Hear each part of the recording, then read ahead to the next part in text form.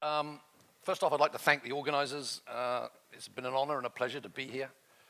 And on behalf of, I think, everyone, you guys in red, you global warriors, thank you very much. And it's been a huge honor. It's also an honor to come to Estonia. I don't think many of us would have known about this place or known the detail of it had we not been invited here. And I'd certainly done my research and was truly staggered with some of the achievements and directions and insights that Estonia can offer. So it's both a privilege and an honor to be here and talk to you today. What I'd like to do with the time is leave two messages. So that's my purpose today. The first is that I want to destroy the myth, slay the dragon, if you like, that it's not possible for startups to be effective and successful in capital intensive business. My business is the oil and gas business. It's capital intensive. But I do believe there's a real role for startup in that environment. And I'd like to give you some example of where that sits, how that sits, and what that does through the triangle story. And the second element I'd like to touch on and spend time on is just to give a shout for technology. This is MIT. Ashud, Ray yesterday, and Michael the day or so before spoke very eloquently, as did Jan when he talked of development of technology. So you've heard it, but I truly believe that there is a real message here that technology is hugely required for the development and evolution of this society. When you consider what energy is going to be required going into the future, then I think there's a massive message for both technology and the energy business in terms of the way we go about supplying those needs and demands for society. So those are my two messages: slay the dragon and a shout for technology. Where does this go?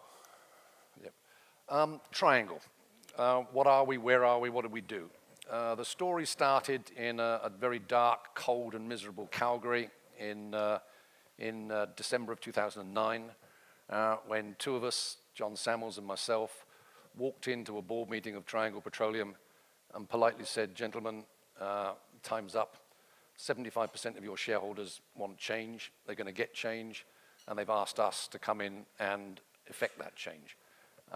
We can do this the nice way, gentle way, amicable way, or we can do it the tough way. Which do you want to choose here? If it goes public, it's going to get ugly. Lawsuits, consent solicitations, the whole 9 yards. Or we can do this easily and better." Mercifully, they chose the latter. And we were able to politely say, "Gentlemen, leave." I don't like the word fire, so they stood down. And they all left. And we then said to management the same thing. And over an orchestrated period of 3 to 6 months, everyone in the organization left. And we started work in converting the public vehicle called Triangle, which was on the Toronto Stock Exchange and on the bulletin board of the US. And we started to resurrect, recreate, and restructure this company on a very different strategic path, which we defined to shareholders and which we then enacted. Whether you call that a startup, a turnaround, a workout, whatever, it doesn't matter. What the issue is about is creating wealth for your investors and your shareholders. So that's what we did, and that's what we went through. What we created, you can see up there, is Triangle. It's got 3 legs, right? The holding company is Triangle Petroleum Corporation. That's the potent company. It's now on the US Stock Exchange, the American Exchange. And the vehicle at the top there, TUSA, is the upstream arm that does all the production. The bottom left down there is a rock pile. We do our own hydraulic fracking. So we've got our own fracking company, not just for our own business, but for third-party business. So the power of leverage works extremely well. And then last but by no means least, Caliber is our midstream vehicle. Instead of selling our crude at the wellhead, which is what most people do, we decided to take it to either the refinery gate, the railhead, or the pipeline. And so we do our own separation of crude, gas, liquids, and water. And we also do that for third parties as well. So it's very much a vertically integrated company. We are very, very simple. We focus in one place alone, Williston Basin in North Dakota. It's the Bakken play, for those that know anything about that. And it's been the most amazing revolution both understanding of geology, production of oil and gas from tight rocks, and huge benefit to America these past 5 years or so. So that's where we operate, that's what we do. So we're a single basin player. We're integrated, like I said, vertically. And the last thing we need right now and make sure that we've got is we're fundamentally financially strong. So we've got $100 million in the bank. We've got a bank loan that we can pull down of another further $75 million, and that more than meets our ongoing program for this year and into next. So that's what we are. When we took over this company, its value was zero. It was 2 weeks away from bankruptcy. And today that company on the market is worth $300 million, and by the end of this financial year, we're going to double our current production and effectively double the size of this company, and we will continue on that path into the future. So it's a success story, a growth story, but on the back of that, I now want to go inside it and say, what were the elements that led to that success? What are the requirements? What are the needs? What can help startups in the way that they think about things, and where startups indeed can actually help us, and how they have helped us, and touch on an example of that. So, what are the key elements for success? There's my 7 pillars of wisdom.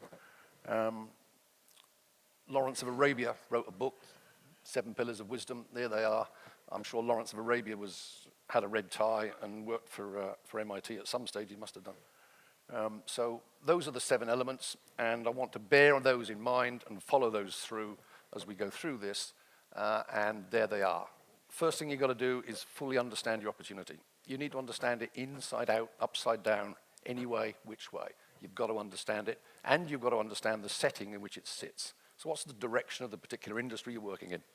Don't get caught and left behind. Make sure if you're going to start on something, it's got a life and it's got a future. Make sure you get early revenue. You've heard all these things before from all the other previous speakers, so I'll not dwell on them, but if you hear them repeatedly, then perhaps there's some truth in them, and that's what they do. So, very simple business plan. Keep that in mind and generate early revenue. Keep yourself financially prudent. Don't stretch yourself. Don't go too quick. And build your organization, limit your organization, and your sources and uses of funds in the early years as you start to grow and accelerate. And do that, and don't try and do it in big jumps. Do it in steady jumps. If you're going to create a product, then make sure it's a low-cost product. Make sure you're a low-cost provider and you're not the marginal producer. Because if any downturn comes, the first person that goes is the marginal producer. Don't be that person and be able to see through the troughs as well as take advantage of the peaks. Build your operational capacity. Make sure you control your destiny and that you draw on your experience, your capacity, and your operation skill base. And that effectively means then you can ignore others and just carry on with your plan. And last but by no means least is the personal commitment. If you're not knee-deep in this thing, head and shoulders into it, then people will see that and they will treat it for what it is, and they won't show you the commitment. So your sweat's got to be in it. Your personal commitment has got to be 100% and more, and then you can focus on execution. So I'd like to bear those in mind if you can as we go through this, and we'll see where we're going. First thing, though, before we start on understanding the opportunity, how much oil are each one of you going to consume today? Any guesses? Someone say something. How many gallons? How many barrels? What? A barrel a day. Woo. Woo. Any figures on a gallon? Less than that? More than that? 2 gallon. Oh, sold to the man in the blue, the blazer over there. The answer is right now, it depends where you are or where you live, but the answer is what you can see there is that every day for the rest of your life, if you live in the US or North America, you're going to consume 2.5 gallons of oil every day, man, woman, and child, every day, every day. That equates to 22 barrels a year, or 3 tons a year. Isn't that amazing? If you live in Estonia, you do a gallon, 2.5 times less. And you can see what that means and where various levels sit.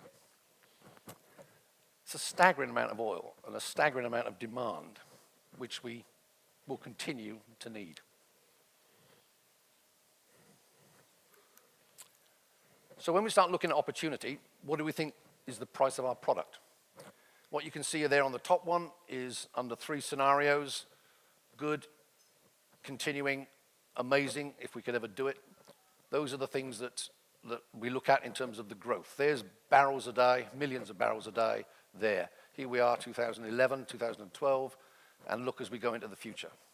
We're over 100 million barrels of oil every day on both the current policy and if there was government enacts new policies of containment and efficiency.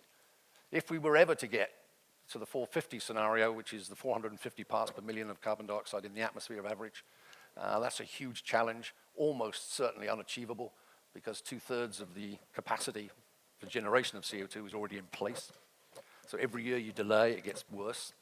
So that's very unlikely, but in the event that that is your range of likely outcomes, down to 2030, what does the price look like and what do people predict? Within the range of $100 to $150 a barrel. Plenty of margin in there, plenty of margin. And it looks pretty safe. These are estimates done by international bodies, large oil companies, and I've just taken the IEA there, which is International Energy Agencies. Let's look at the US. What are we doing in the US? Consumption bumping along, look, a little under 20 million barrels a day, right the way out to 2035. Supply, doing this and then coming up. But as we were going through the early 2000s and late 90s, we were facing an ever-increasing pit of higher consumption and lower supply. And that gap was 60%, equating to about 10, 11, 12 million barrels of oil a day being imported into the US. Huge implications on balance of payments, geopolitics, and the like. And then what happened?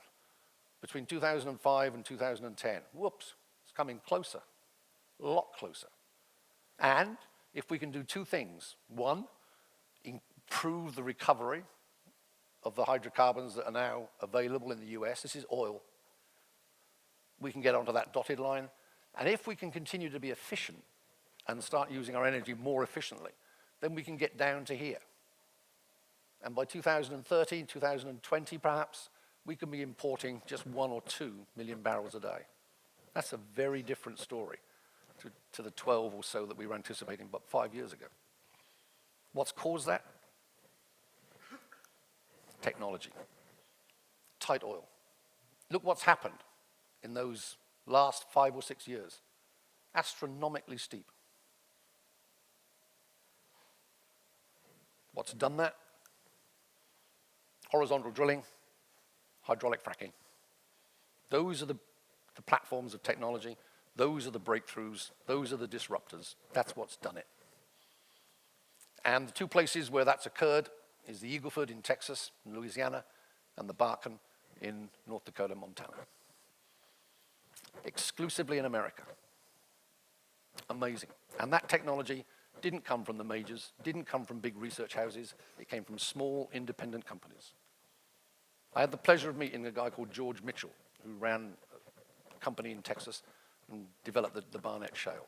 He was so committed to shale technology that he put $1 billion of his own money into doing it, and no one believed him for 10 years. Amazing. So, what is the Bakken? Where is it? There it is. There's North Dakota. That area is 12,000 square miles, 8 million acres, a little bigger than Estonia. That is the size of the oil play called the Bakken Shale. The Bakken Shale does not outcrop anywhere, so you can't touch it, look at it, feel it. It lies at between 7,000 and 10,000 feet below the surface. Today, there are 200 rigs operating, or thereabouts, in the Bakken, in that vast area. And today, we've got about 4,500 wells in North Dakota, 500 or so in Montana, so around 5,000 producing wells. And we're drilling wells, adding wells at 1 a month per rig. So you're adding 2,000 wells a year. To drain that oil, from what we understand now, is going to take 35 to 50,000 wells. Each of those wells costs about $8 million. The capital intensity is staggering. And that's just to get the oil to surface. That's no pipelines, that's nothing, that's no infrastructure. That's just to get the well drilled, completed, and oil to surface. So a huge challenge, an amazing opportunity. And don't for 1 minute think the Barkham Shale is unique and it's not the only rock found. You'll hear in a minute from Sandor when they talk about the Estonian shales. Huge record of success here, amazing success, and he'll tell you that story. But that's the Barkham play, that's what it is. What does that mean in terms of reserves? It started out there in the USGS, the US Geological Survey, said that there was 3.5 billion barrels thereabouts technically recoverable from about 200 to 250 billion barrels of oil in place. We estimate now, the industry, that that's in excess of 500, and what we've seen these last 2 years, we think that number now is 900 billion barrels. If we can get that to a 10% recovery, that's 90 billion barrels. That's twice the size of Saudi Arabia's biggest oil field. And it's staggering to me that the oil industry, which was invented in North America, has taken 150 years to find its biggest oil field. Now that throws a huge amount of opportunity to me.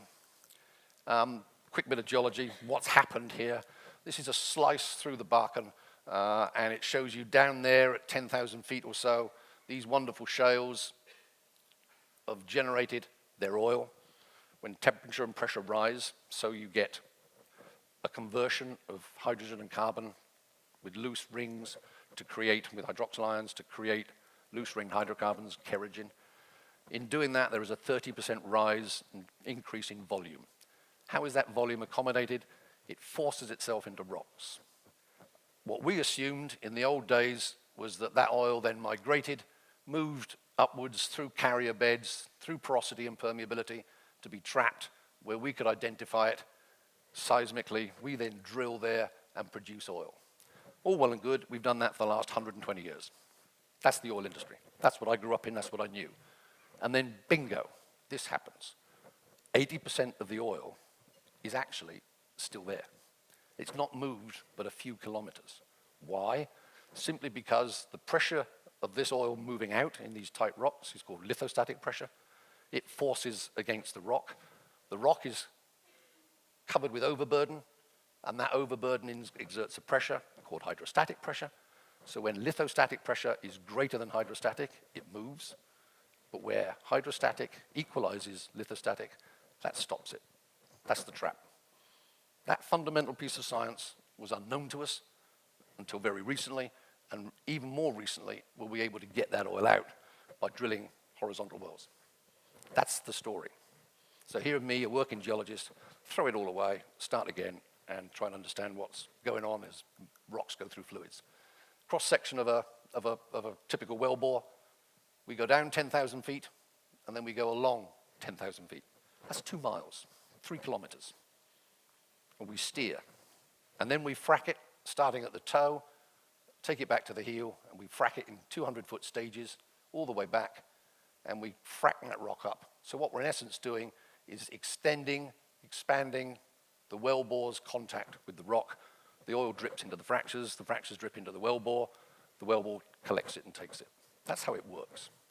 And what we found is that we started out thinking we needed 4 wells per section, which is 640, but these are double sections, so these are 1280s, 640 acres a square mile.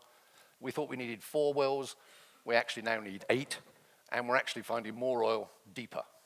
So now we think perhaps as much as 16, maybe even 20 wells on a pad to drain this stuff. That's where the 35 to 50,000 wells come. The fracking process. This is what I call the technology platform. Here's your vertical well, here's your horizontal, here's your fracking, and you use fluids, very complex fluids, trying to carry sand grains, which are forced and pressured up into these fractures. So when the pressure is taken off, the rocks close, but close against the sand grains, and that keeps them open. The oil comes from here into there, into the wellbore, and to surface. That's the technology. There is a huge amount of physics, chemistry, understanding, data that is gathered here that we're learning about. This stuff goes down at 12,000 psi. Pretty heavy duty stuff. We use perhaps between 4 and 8 million pounds of sand and about 4 million gallons of water per well. So we have trucks coming in. How primitive is that? We have trucks taking it away. How primitive is that? And we have all sorts of pressure requirements and energy requirements at remote sites, so we truck it in. There has got to be far better ways, far more efficient ways to do that I believe anywhere along this technology platform train, ways can be found to be more efficient and ways can be found for technology to be applied from good thinking, good science, good application. And here's an example. Gradient, MIT guys, I got to know them a few years ago. They were just finishing their PhDs in thermodynamics and chemistry and came on this way of being able to look at being able to purify and clean water without using molecules, without using reverse osmosis, without requiring vast amounts of energy. We worked with them, we mentored, we helped. They've established themselves, done a great job, and are now about to launch this thing and develop through MIT, and it's going to become a major service provider with massive revenues in years to come. We're going to help provide the platform. We're going to help them develop this thing and convert it from something that was on the laptop into the field, both in the well site, so we can separate produced water. Water comes out of the ground in North Dakota at 250 degrees Fahrenheit and 300 to 500,000 parts per million of chlorides. Pretty toxic stuff. It's a real cost. What we're looking to do, instead of making it a cost, we're going to make it a benefit, a value. Why? Because we can convert it, we can purify it, and we can reuse it. Massive savings, massive less requirements to truck, move, transport, or simply re-drill and put this stuff back in the ground, which is what we currently do in terms of our saltwater disposal wells. So huge benefits, huge changes, and this has happened here through this process and through this startup that Anurag and these guys in Pradesh are going through. So a terrific story to me, a terrific opportunity. So this carrier gas extraction just uses fundamental thermodynamics. In essence, it's a cloud-making machine, and it converts it into clean water. And it's a very workable process, which we think we can be applied not only to us, what we do at Triangle, but to others. That's just one example. And I think there's plenty of others out there. When you think about the data that is required for this business, the requirement to marshal that data, that smart grid that was being talked about, we use electricity in a big way. So I think many things to be stimulated and thought through, given the benefit to the US as we go forward. So back to our requirements. We've defined the opportunity. We've looked at the direction of where the oil business is going, where energy is going. We've talked a little bit about business plan. We talked a little bit about these other things, but let's quickly move through that so you can get a sense of that as well. If you're going to set up an organization, to me, organization has to follow business flow. The business flow is these items you can see. We acquire land, we drill wells, we frack, we produce, we complete, we distribute, we sell. Those are the key elements. Those are the key skills that you need. That's what you've got to have. Build your organization around your business flow. Business plans, to me, I don't want to see a single number. I want to see 5 or 6 points that fundamentally, clearly state what your business is. That's what I want. That's what ours are. That's what we do. And I've touched on all of them. Single basin, balanced portfolio, we've got of risk, and we hedge our production. Vertically integrated, so we could take advantage. We're low cost. We've got a very experienced team. We spent a lot of time getting the right guys. We've got a very strong balance sheet, and we've got substantial reserve growth that can take us way into the future on a real growth trajectory. Then you put out your sources and uses of money here. You say what you do and do what you say. Do what you say what you do, whichever way. And there's the production that we predicted. We ended up at 3,000 barrels a day at the end of the year. We said we would have 16 wells by the end of last year. We had 18. So, and we stayed within our budget. So we met our requirements. We laid that out to people, told what we were going to do, and then went out and did it. And then you've got to understand your unit cost. Where is your profitability? What is your return on your capital and your energy and the commitment you've made? Lay it out. Here's what a well in North Dakota does. It costs $8 million to drill, $8.5 million, and it generates $22 million of value, and it lasts over 29 years or more. There's the numbers there. There's the 22 million. There's your 8 million. We've not included gas in this. We've just included oil. Round numbers here. We are looking for every dollar you put in the ground, you get 3 back. This is done on $80 oil, and oil was a lot harder. Our margins today are about $50 a barrel. We can live very well on that, and we do live very well. So, understand your unit, know where your benefits are going, and understand your partners. We pay nearly $8 million to the mineral owners, the land people, the farmers that own this property. And they're happy to see us because they're going to get a check. And it's a damn sight better check than they get from growing potatoes or wheat.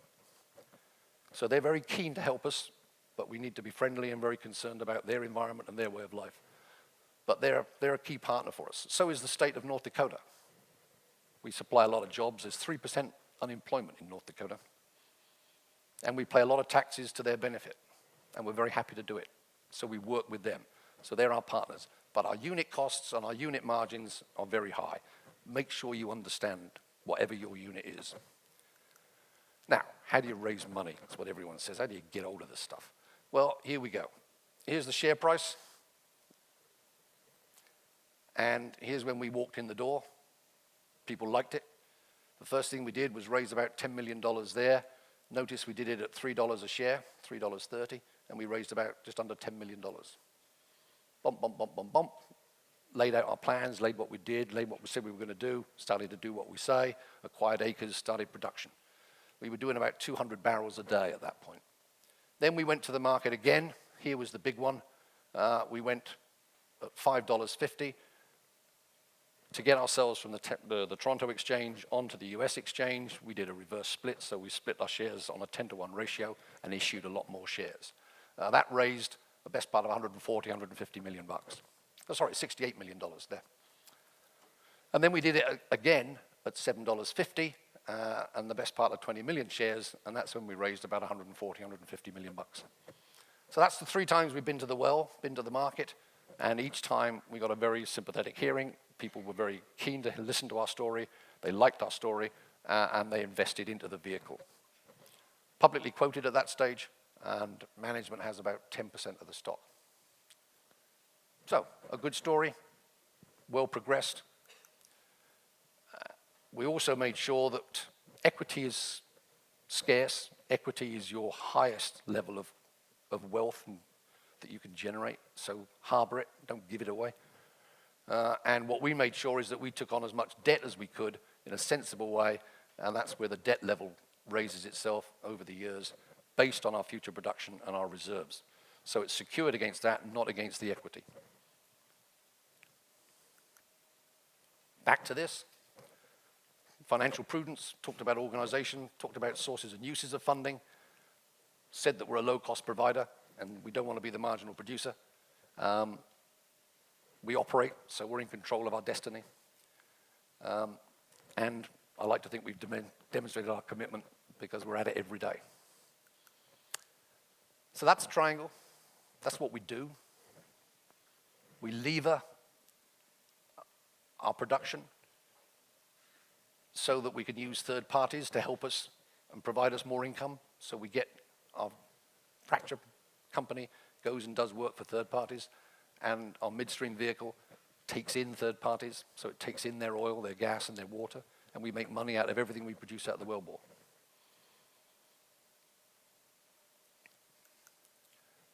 If you want to get more sophisticated with your business plan, you then lay out your future, and we've laid out our future right the way through 2014, and you can see we've gone from 200 barrels to something around 4,500, 5,000 barrels a day. Generates very significant revenues, and as we move forward, we're going to be self-sufficient in the cash that we generate. So the levels of investment where we will not need to go back to shareholder to improve our position or grow our company. So we can do it through internally generated cash flow. That's the aim. If we choose to go to the market, it'll be done because we want some accelerated growth. But on that basis, you can see that our upstream business is going to do about 100 million of revenue and about 60, 70 million of EBITDA. Rockpile is going to do about 30 to 40 million of EBITDA, and Caliber, which has just started, between 4 and 5. That's $100 million of EBITDA, perhaps $300 million of revenue. That's what we're going to do this year. That's what we've said we're going to do, and we're on track to do it. So say what you do what you say. That's what the vehicle is capable of. That's what the machine can grow. Back to all of that. They're the 7 things we do, the 7 pillars of wisdom. And what I want to leave you with is this one. This to me is truly staggering. This goes from 2010 to 2035, and it talks about 0 to 100% gas imports, 0 to 60% of gas export. And then on the bottom here, 0 to 100 of oil imports. So as a nation, as an area, what are you doing in terms of your energy requirements? Fossil fuels will provide 60 to 80% of our energy requirements for mankind till the back end of this century. And there's nothing we can do about it because of the demand. So get used to fossil fuels, they're here to stay. Coal, oil, gas. In diminishing amounts, as renewables, maybe nuclear, come back and provide perhaps the 4th leg of that. But nevertheless, so we look at that. So if you're up here, you're 100% importer of both oil and gas. And Japan and Korea have already got there. The European Union is doing its level best to get there as quick as it can. China is doing even quicker. India, the same. Asian countries, from being a massive exporter of gas, are now becoming almost an importer of gas, and certainly a major importer of oil. Look at the one country that is going the other way. Good old United States of America, going from here to there. Staggering. That, to me, is a massive opportunity in terms of requirement for efficiency, requirement for money, and requirement for technology. And if you guys have got the nous, the sense, the intelligence, the capacity, which I know you do, then the role and the contribution you guys can make to that. Not only that, there are other countries that do this. Estonia is going to be one that is coming this way. But if you can do that and contribute to that huge investment requirement, I think you're making a huge contribution. Thanks very much.